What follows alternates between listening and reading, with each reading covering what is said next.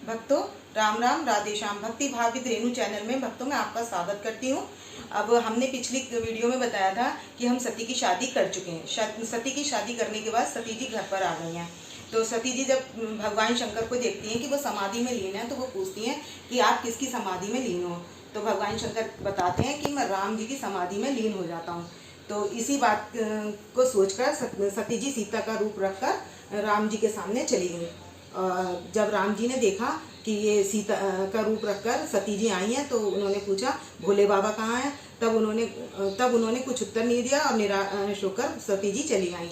सती जी का आने का दूसरा कारण इधर यह है कि दक्ष प्रजापति भगवान शंकर दामाद हैं। तो उनको एक बार सभा में सब लोग आए हुए थे, तब शंकर जी ने दक्ष का सम्मान नहीं किया। भगवान शंकर ने दक्ष का सम्मान दक्ष के सामने इसलिए नहीं खड़े हुए क्योंकि सेवक के सामने स्वामी खड़े नहीं होते। बस दक्ष को इस बात का बुरा लग गया कि शंकर जी ने मेरा सम्मान नहीं किया। तो इसी क्रोध में आकर दक्ष ने सभी देवताओं को निमंत्रण भेज दिया कि मेरे यहाँ यज्ञ है और सभी देवताओं को आना है। सभी देवताओं को निमंत्रित कर दिया। एक दिन सती जी देखती हैं आकाश मार्ग से सभी देवता जा रहे हैं। सती ने पूछा कि ये सब कहाँ जा रहे हैं। तो शंकर जी ने कहा कि ये दक्ष ने यज्ञ करा है और उसमें सब लोग जा रहे हैं। तो हाँ, सती कहती है सती को कहते हैं कि तुम्हारे पिता ने तुम्हें नहीं बुलाया है। तो सभी को 3 जगह बिना बुलाए चले जाना चाहिए, माता पिता के घर और मंदिर में और गुरु के यहाँ। सती के इस बात को कहने पर भगवान शंकर बोले जो पिता के पक्ष से बैर रखता हो वहाँ बिना बुलाए नहीं जाना चाहिए। तो काफ़ी आग्रह करने के बाद भी सती जी नहीं मानी। तब शंकर जी ने अपने गणों को भेजा और सती जी के साथ भेज दिया। सती जी वहाँ जाकर देखती हैं कि ना तो दक्ष बोलते हैं, ना कोई उनका आदर सत्कार करता है। इसको सती सहन करती रही। बाद में सती के सामने दक्ष ने अपशब्द बोले कि वो नंग धड़ंग अभिमान करता है। इस तरीके के अपशब्दों को सती सुनकर सहन नहीं कर पाई और सती उस हवन में जलकर भस्म हो गई। बस ये समाचार भगवान के गणों ने जाकर शंकर जी को दे दिया। शंकर जी ने यह समाचार सुनकर वीरभद्र को आज्ञा दी। उसने जाके प्रभु जी की दाढ़ी नोच ली, वहाँ सभी को मार दिया और दक्ष को भी मार गिराया। इस बात के बाद शंकर जी को वहाँ बुलाया। सभी देवता उनको बुलाकर लेकर आए।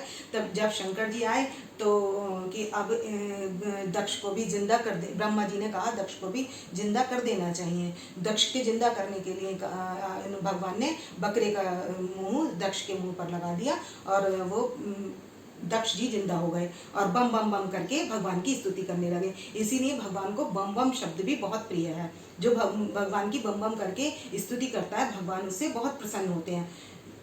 अगली भी अभिरूप जब शंकर जी जब रुष्ट हुए थे तो सती के जितने अवशेष बचे थे उस यज्ञ हवन कुंड में, तो वो लेकर माला बनाकर घूमने लगे। जिस जगह वो गिरे अवशेष वहाँ वो शक्तिपीठ बन गए।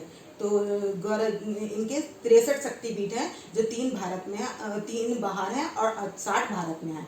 ये शक्तिपीठ दूसरा ज्योतिर्लिंग में इनके शक्तिपीठ का वर्णन आता है।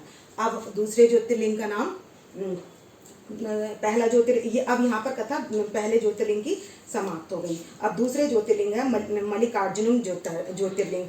जो ये ज्योतिर्लिंग आंध्र प्रदेश कृष्णा नदी के तट पर स्थित है। इसको दक्षिण कैलाश भी कहते हैं। इस ज्योतिर्लिंग में ये दोनों गणेश जी और कार्तिकेय जी की कथा आती है। एक दिन कार्तिकेय जी और गणेश जी दोनों आपस में लड़ रहे होते हैं कि पहले मेरा विवाह हो जाए, पहले मेरा विवाह हो जाए। इसी विवाद को लेकर माता पार्वती जी के पास चले जाते हैं।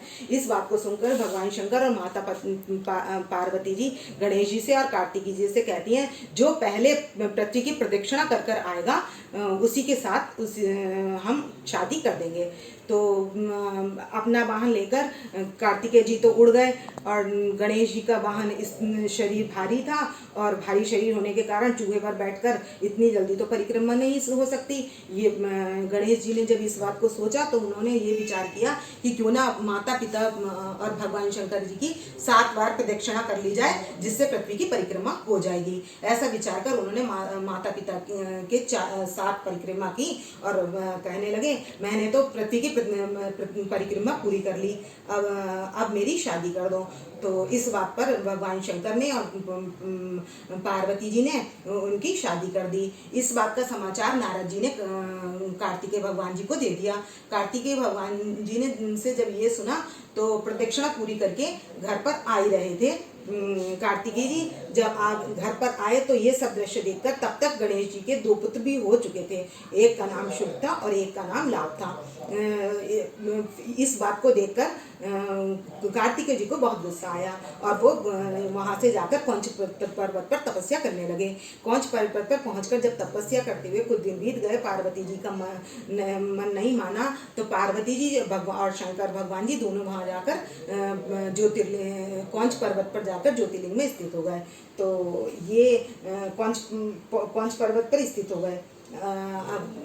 अगली भक्तों राम राम, राधे श्याम। आप लाइक करें, सब्सक्राइब करें और शेयर करना ना भूलें।